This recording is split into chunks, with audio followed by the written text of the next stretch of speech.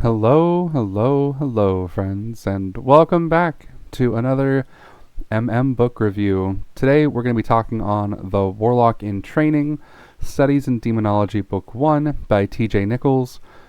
This book I read again on the trip that I took to Washington for a convention. I remember reading it on the drive back, I believe. I don't believe I read this on the way there. So it's fairly recent, even though at this point it's probably like 3 months old. So I reread it to kind of go over a lot of it. I didn't include a lot with the characters just because a lot of the names would show up like once or twice. But the ones that showed up a couple of times or had some importance to the overall plot, I included, besides the main couple, obviously. So as we go through these, as we normally go through, there's going to be a lot I'm going to be talking about with regards to the story. So there's going to be a lot of spoilers ahead. Also, just general spoilers for things like blood magic, sex magic, sacrificing, soul magic, however you want to say that.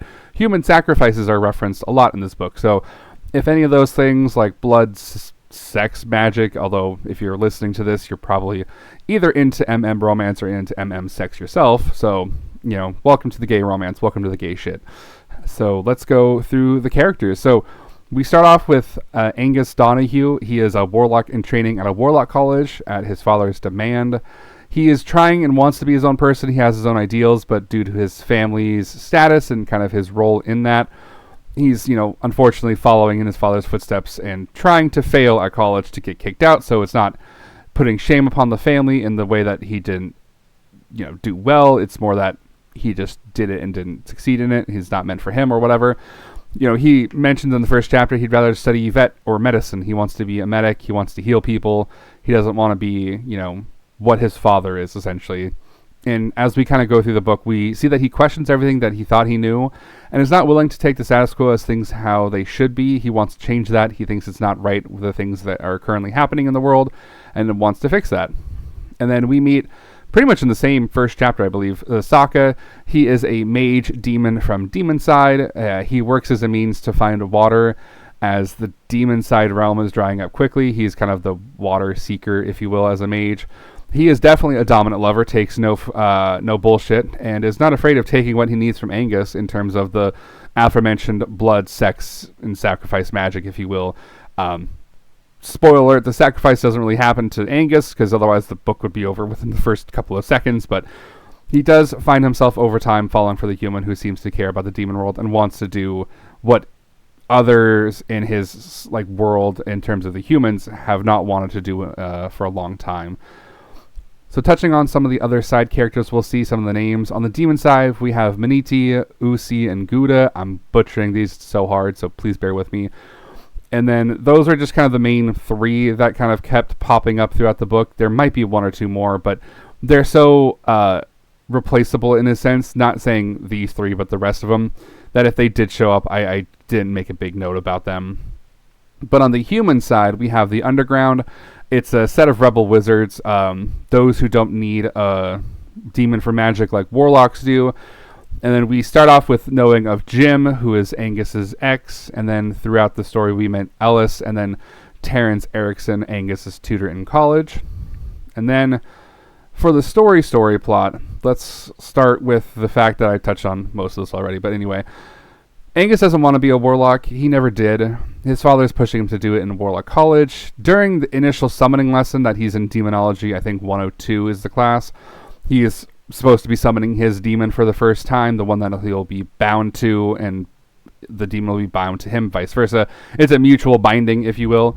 Angus is pulled from the human side through the veil to the demon side by his demon Sokka, where we then learn that demons can't make portals to the human realm. It's only humans that can make portals to the demon realm. So these news stories that they keep hearing of demons summoning holes to sacrifice humans and things like that is just blatantly not true. Also, I do apologize if the dick next door wants to fucking rev his engine. I can't fix him.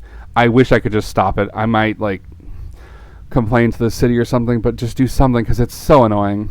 Anyway, Sokka then explains that the balance of magic is heavily out of alignment demon side is drying up and roasting, whereas the human side is getting colder and freezing. So it's a nice balancing effort between the two, where one's getting hotter, one's getting colder, because the power of magic is not there. The balance of magic is not there. Excuse me.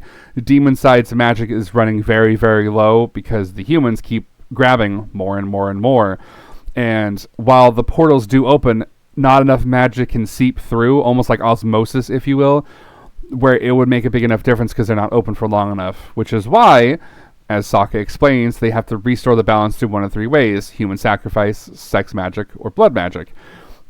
And so Angus decides, I don't want to die, and Sokka doesn't want to kill him because it's more beneficial to have a human who's willing to work with the demons, that they settle on sex magic after blood magic. So they start with the blood, Angus does his thing, and then they spend the night together, and Angus starts catching the feels as Sokka is now basically just having his way. It's very consensual in a way, albeit a bit much power dynamic, because Angus is now trapped in the demon realm at Sokka's whim, basically. So do you say no in that case? It's questionable, but it's not forcible, if that makes sense. So Sokka does allow Angus to return home, where his memories are quote-unquote wiped by the college and his father's action, basically. But while he was in demon side, Sokka and then Miniti were able to put on a ward, if you will, that would prevent his memories, but it ended up backfiring and having a detrimental effect on Angus, as he suffered constant headaches, as he could remember but couldn't remember, if that made sense. And then kind of the plot kind of goes from there. It's a lot of exposition, if you will. Like, you kind of meet the underground from here. You kind of get the fact that, Angus and his father don't see eye to eye, and, Angus's father is really questioning him about what happened in Demon Side, this, that, and the other, and Angus is like, I don't know. My memory was wiped, remember? But it's a lot of question because Angus is marked, and that's concerning. So there's just a lot of, kind of exposition and, like, plot. There's not a lot of sex scenes, despite being a book really focused on, like, demons and sex magic, which is not, surprising.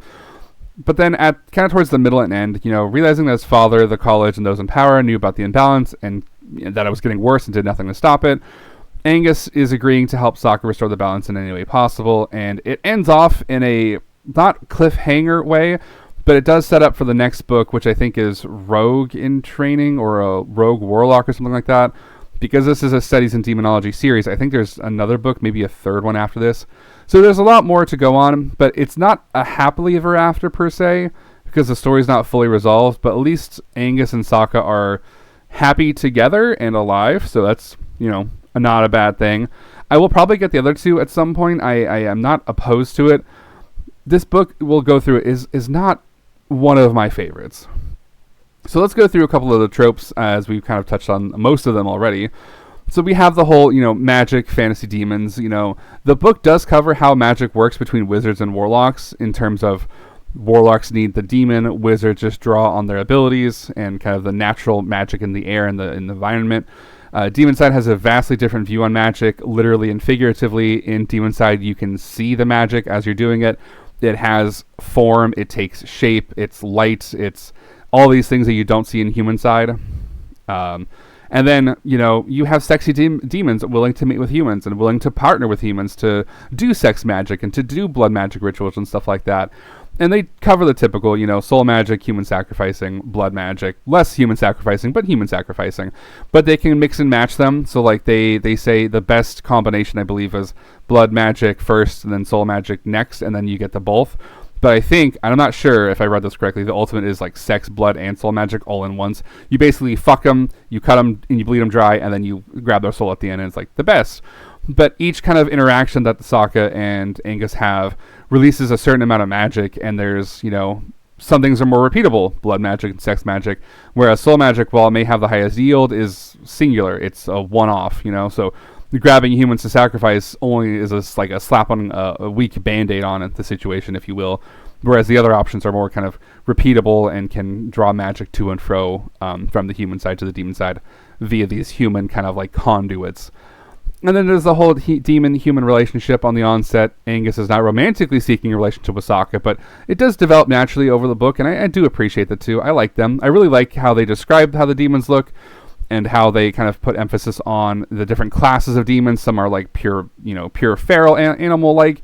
Some are intelligent. Some are kind of like succubus style, incubus style. Some are warriors that are like big hulking beasts and things like that. I like the descriptions of the demons there.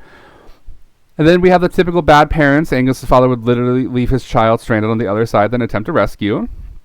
And he literally boots him at the end of the book from the human realm into the demon realm. So, yeah, we love shitty fathers. We love shitty fathers here. So, going into the rankings and what I feel about this book, starting off with the plot, characters, writing style, spicy scenes, and overall. The plot-wise, I give it a 5 stars. I enjoyed the plot that they built here and the kind of world building. I never read Harry Potter as a child, and I probably will never read it as an adult because, Rowling and all that bullshit. But I do like this. I would equate this to almost like a Harry Potter vein style of a book. It's very magic-focused, with the sex, of course. But I did like it. The characters, I would also say, are pretty solid. It's a 4.5 stars for me. There's a lot of focus on Angus and Sokka, which is fine. But there's also, I think, not enough focus on the side characters, but maybe that'll happen in the other books now that Sokka and Angus are kind of official, if that makes sense, because I wanted to know more. Obviously, we have things like Jim, on Angus's ex and stuff like that, and then the tutor Terrence, but they're there as just like kind of like background fluff for like a chapter or two, and then they get mentioned later, but they're not really main characters. They're barely side characters. They're kind of just like there to fill in some stuff. And then the writing style, I think, was okay. It's a 4-star for me. I didn't mind it. There wasn't anything that stood out to me as great or pretty bad. It was kind of middling, but I did like the intention to like world building and stuff like that, where something gets mentioned in the beginning, and then Angus or somebody remembers it in the middle or end, and it's like, oh hey, I like that through line. Doesn't always happen in these kind of romance books. Not always. Sometimes they do, but I did appreciate it here. The spicy scenes are great. I like sex magic. I like the involvement of blood and sex and magic and this kind of imbalance and stuff. I love Sokka's romance with Angus. I really like that. I think it's a solid book overall. It's not my favorite in terms of magic. If anything, I always go back to Where the Devil Says Goodnight, and I know it's not a pure magic-based book like this one is, but that's where I kind of hold up the standard, if you will, for this kind of a series or this kind of magic world building lore and stuff. So overall, I would give it 4.5 stars. I really enjoyed the book. I'm really looking forward to the next one. If it goes more into the whole, political imbalance on the human side, magic imbalance thing, I'll be okay with that. But I still would hope that they focus on Angus and Sokka, and if they can bring in another couple, or focus on another couple, with Angus and Sokka being a background character, like give Jim somebody to romance, give Ellis or Terrence somebody to romance if they're into it, I would appreciate that, because there's a lot of stuff you could see doing this, and I could see them doing with this, TJ Nichols, if they so choose to do so.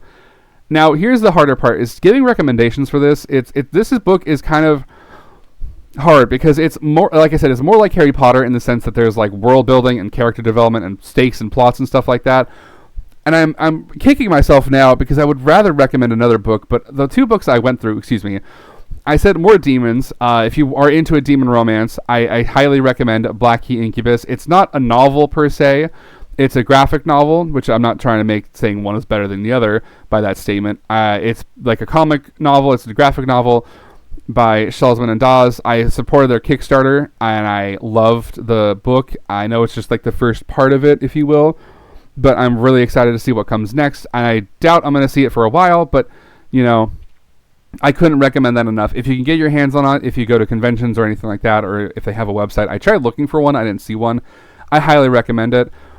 If you're looking more to enemy to lovers, kind of magic based, I would recommend Sins of the Orc. It's the book I previously reviewed about a week or so ago, and I highly recommend it for what you may be looking for in terms of enemies to romance, but in a fantasy setting. I highly recommend that as a solid. The other book I was going to reference, but I don't think quite fits in this kind of political discourse book, would be the Shadows of London series. It's the Turning Tricks, Trial by Fire. I I don't remember what the first book is called, but I know I recommended it and I know I reviewed it. So if you want to go back through that, I'll link it at the end of this video. But I would recommend going with either of these or the Shadows of London series if you're looking for magic-based romances that have more of a plot than just pure sex, if you will. And that's what I'm finding that I like a lot of is, while I do read books that have pure smut, and I'm fine with that, a lot of the books that I end up reviewing and highly liking are the ones that have a lot of plot, because I'm a plot boy. Give me a good like angsty arc and I'll fall in love with the characters, you know? So I want to do a big thank you to my Patreon, Potato Kingdom. I appreciate you. Your contribution is monumental to me, and I appreciate that you stick around for me rambling on with these and supporting me in what I do, especially as, you know, the job market and finding jobs is a little bit rough. Thankfully, I still have one for who knows how long, but yeah, I appreciate you. And if you do want to support me or follow me on any of the socials, you can find me here. I stream nightly on Twitch at twitch.tv/SharadaSky. I will take some times off for, you know, holidays, you know, family events, things like that. So I also post all my updates on twitter.com/SharadaSky. If you ever want to see what games I'm playing, you can check out Twitter or Twitch. Or if you want to see if I'm streaming or if something's happened, Twitter is where I'm going to be pretty much updating you in real time. And then if you want to support me on Patreon, you can. I have a Patreon page. It's patreon.com/SharadaSky, where you can get things like these videos about a few days early for, you know, if you want to watch them earlier. I also do upload some, you know, kind of side content that I may pull from my Twitch archives in terms of like tier lists, rankings, or anything like that I feel like would be beneficial for you guys to see first. I also did have, like, on this channel, Wild Arms Pokemon crossover that I decided to do, and, you know, stuff like that will go on Patreon before it'll go on live on YouTube. So if you feel free, there's no pressure, but I appreciate you guys hanging out and enjoying this series that I'm doing, and I'll see you guys next time for the next one. Have a good one.